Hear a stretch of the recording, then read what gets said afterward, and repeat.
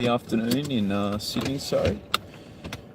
Alright, so let's talk Forex. I recently closed out my sell position on the Euro US dollar. It was just 1% trade, but it was stopped out. It was looking, so I took it, I would have taken it on Tuesday night. It was looking alright. And in the context of things, I'm happy with the trade, really. I mean, US dollar was looking a bit stronger against quite a few pairs, but unfortunately it didn't quite work out and it did sort of rally. So I mean, it was through a support level. It wasn't like I was selling right into a support zone, but it sort of rallied a little bit, and that's life, guys. I mean, the reason why I've dimmed down the risk to 1% per trade is just the overall geopolitical context. So you've got a lot going on. There's Venezuela, Argentina, I think, with their inflation issues.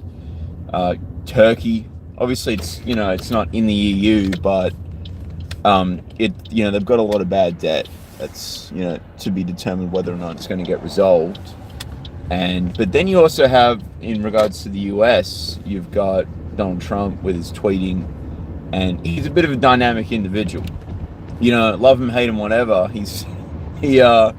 He never proves to disappoint in regards to his ability to, move markets in regards to his, devaluation of the US dollar. Sometimes his talk on the Federal Reserve doing more, it's just sort of never stops sometimes. But so that's why it's been dimmed down a little bit. It's an extra variable. Obviously, I'm a big back tester. I'm a technical type trader.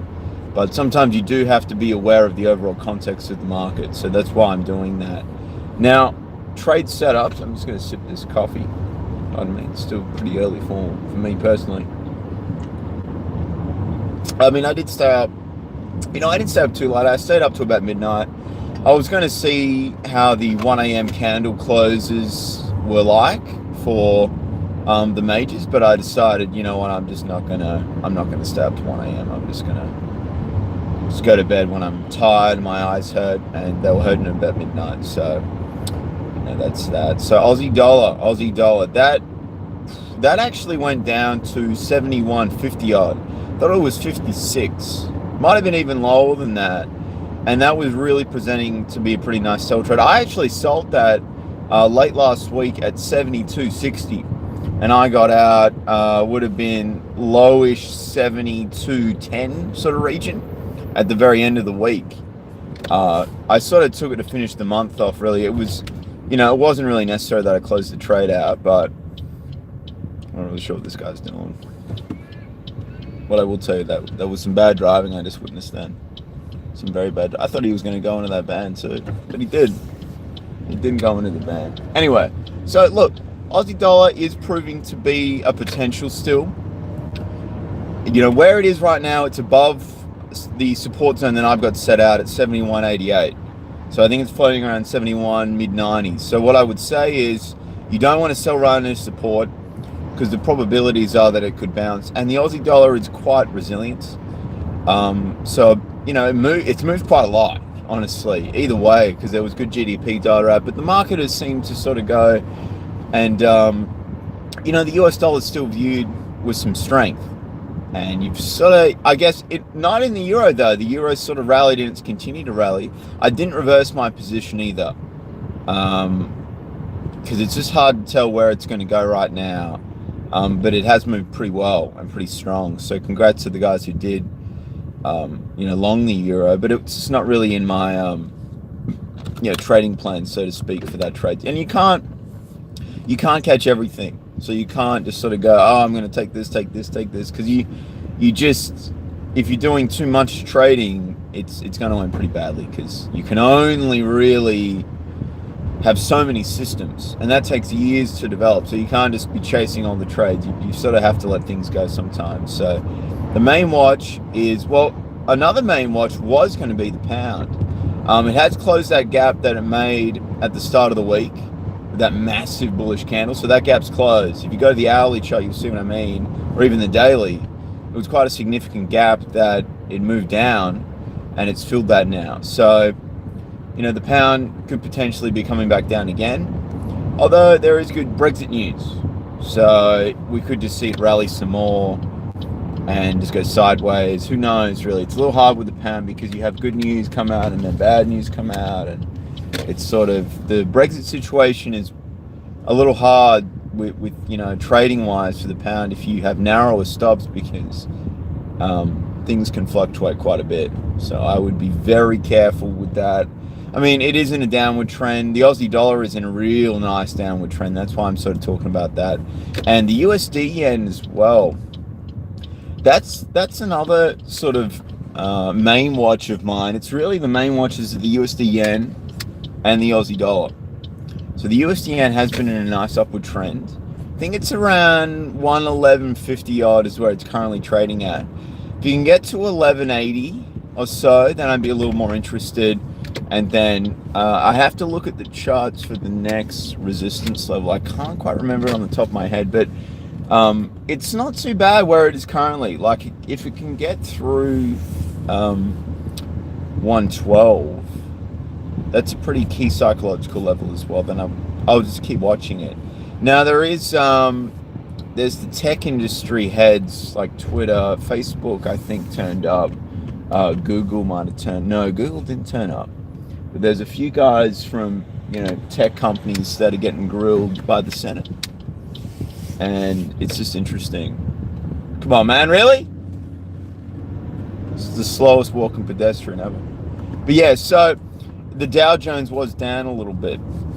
Obviously that doesn't necessarily affect the US dollar, but it's something to take in consideration for potentially risk off type situations.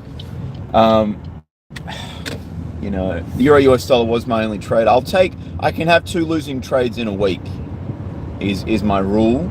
So I can take another trade. I'm just going to have to be a little bit picky. Really, the US dollar yen has shown sort of the most strength, especially on the daily. It's looking okay. It does have a little bit of overhead resistance to deal with. So I want to see it, really make a strong move. And I'll buy into strength. I'm fine to do that. It's okay. But other than that, trade talk, Pippin ain't easy with Connor the Tassie trader. Will be out tonight, probably, maybe 9:30 Perth time. So we're looking 11:30 East Coast time. And we're talking, I think he might have bought silver this week. And not physical silver, but he bought silver. And also we'll discuss, we discussed the majors, and we're also going to discuss Tesla. We both have a bit of an interest in the markets. I don't own any Tesla stock or anything like that, but it's just an interesting talking point with what's going on recently with, might have been Goldman Sachs, downgraded the stock as well to 210, which would represent about 30% off where it is currently trading at, due to competitive forces in the market. Everyone's, there's a couple articles. Just look up Tesla share price and you'll see these articles you can read for free. And it's quite interesting, the perspective. Really what the issue is going to be, people are saying, or the analysts are saying, the experts, is that, Tesla's going to have a lot more competition going on with as, the world, becomes stricter and stricter on emissions. You're going to see more big car companies coming out with electric cars, electric EVs, they call them, electric vehicles. So there's going to be more competition for, that marketplace. And also Tesla's down on their production markers as well. So it was 4,100 for August, and they were saying at least 5,000 per week. So the average I think was 4,100. So they're down on that. And, Elon Musk talking about privatization, that didn't work out too well. That, devalued the stock a little bit. It's just, there's a lot going on with that. And I understand that he seems to have a cult following, Elon Musk. I mean, he's a great guy. I really respect what he's doing. But it's we go through a few points on that as well. And some technicals, some fundamentals. It's just something interesting that we sort of looked into and we want to talk about. Kind of had a quote on it as well, which was pretty funny. about we'll be picking them up at Cash Converse. Cash Converse is like a nationwide pawn store type thing, so implying it's gonna be a crash. Anyway, we'll see what happens there, guys. But Trade Talk's coming out tonight. In regards to market movements, I'll probably actually make another video after Trade Talk if anything is happening. If not, I won't make a video. But if you do see another video come up, that means there's, like an imminent trade on the horizon. But other than that, guys, that's it. Thank you for watching, and bye for now.